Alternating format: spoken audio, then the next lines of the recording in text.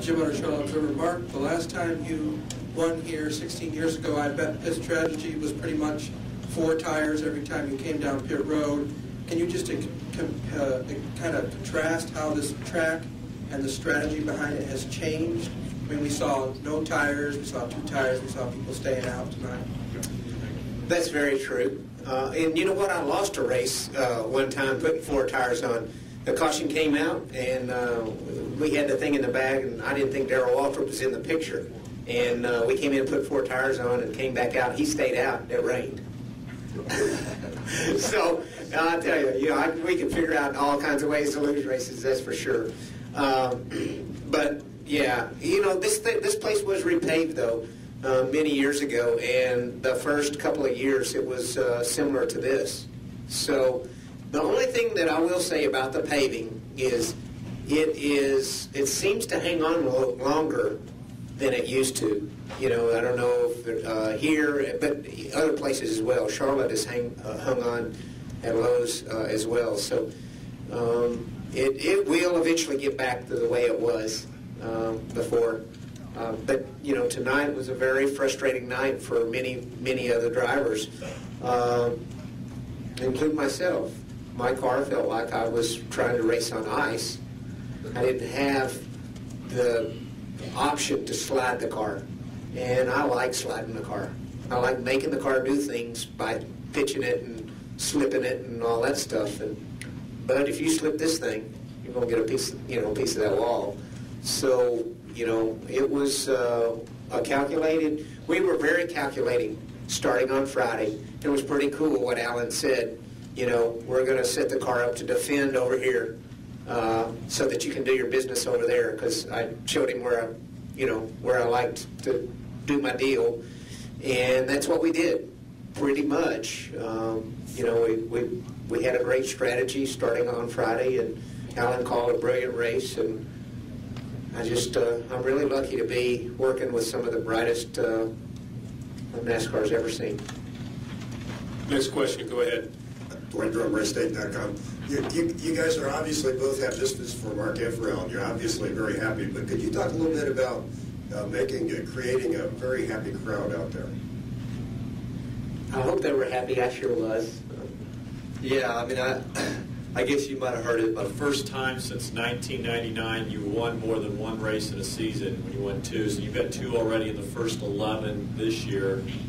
I know you've always talked in the past about cherishing each win because you never know when the next one's going to happen, but with the way you're performing, the way this organization is, can you start to get greedy, or is it easy to get greedy, or start thinking about more and more wins in this second childhood of yours? I think that it would, my answer to that is be careful. Don't set yourself up. I'm just very, very happy right now, and I don't need to say that, we're going to win a whole bunch more races this year. We're going to race just like we raced this race and all the other ones, and the ones that we cross the line first will take the trophy. And, it could happen, but if not, at least we got 2 instead of 1. That's the way I look at it. I don't take those kind of answers from me as pessimistic or a lack of confidence. All I want to do is be happy and have fun doing this. And if you don't set yourself up for disappointment, then it's much easier. So, let's just go out and, I want to get the All-Star race. That's one of my favorite races, and I can't wait to get there, and we're having a blast. I mean, we really, really are, and I think we'll learn to, as we experience the disappointments, I think we'll learn to let those roll off our backs a little bit more. It was pretty tough on Alan and I. California was really tough, and I think we grew a little bit through that experience. And Vegas was really tough, but I think we'd already grown some from the experience in California. And that's the thing that we have to do. It's okay to have the passion. It's okay to have the drive, but you can't let it tear you apart, Go upstairs for some questions. Go ahead. Thomas Pope from field observer. Mark, how did you avoid all the craziness out there tonight? Your car's one of the few that's not gouged all to hell. Well, I felt like my car was about 50% or 40% out of control, so I didn't get very close to anybody most of the time. I was hating it, you know, the restarts when we'd have to get all jumbled up there. But, you know, Dick Trickle told me back in 1977 something that kind of irritated me. He told me, in order to finish first you must finish. And what's that tell you? He wouldn't have told me that if I hadn't been wrecking. So I was a young man, and I was in the gas, and I was knocking front clips off. And he told me that, and that's the truth. And I guess some of those other guys haven't learned that yet, and I guess that's okay, you know. But a lot of people eliminated themselves. You do have to be, you know, you have to watch yourself if you want to survive, you know, conditions like we're out there tonight. Other questions upstairs? Reed Spencer with the Sporting News. This one's for Alan. When you made the decision to stay out on the old... It's got a whole different feeling right now than you've had either ever or in a long time. I am a different person, Ed. You know, I still think that I'm cautious about, you know, what I set myself up for, but I know I'm going to have some fun. You know, I mean, if everything turns into a disaster, maybe not, but then the next week we will. I'm having a blast. I'm really, really having a blast. And I learned things all through my career. You know, I never stopped learning. And I learned some really great lessons in 2007, in 2008. And, you know, like I said, yes, yeah, I'm a different person. Yeah, I mean, I'm still growing up. You know, I'm still maturing. You know, A little more optimistic now than you used to. I'm cautious about. I can't expect results. I can't do that. I can, just like Alan says, I can expect the effort, and the effort's phenomenal. But you know, you can't expect all the results to be like they were tonight. Nor can you expect them to be like they broke our heart in California.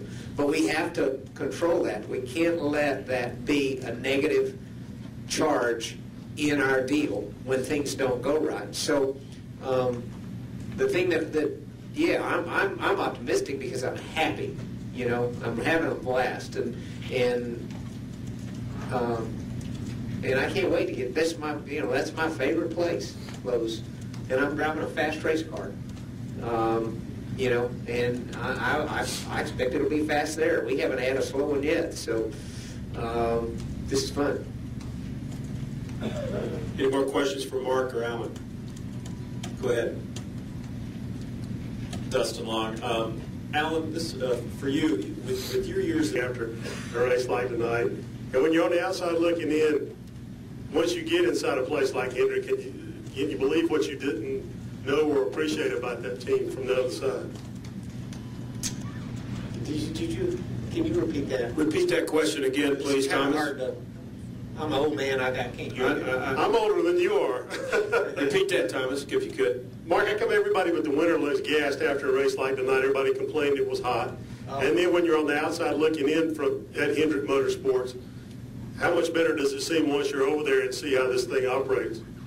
Well, it was hot, but when you're leading a race, it could have been 200 degrees in there, and it wouldn't have bothered me. You know, it's especially hot when you have a bad night, a frustrating night, very irritating. But these guys have done a great job in making me comfortable in their race cars, an incredible job on the seats and everything. You know, when I go over there to that shop, I feel like I've gone to NASA and they're getting me prepared to go to the moon. And I really mean that.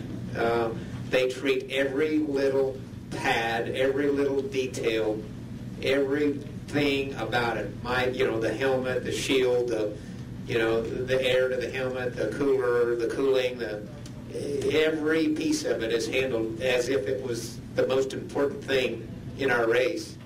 And it's just really, really cool. This is quite an experience for me to get to be a part of this at this stage in my career.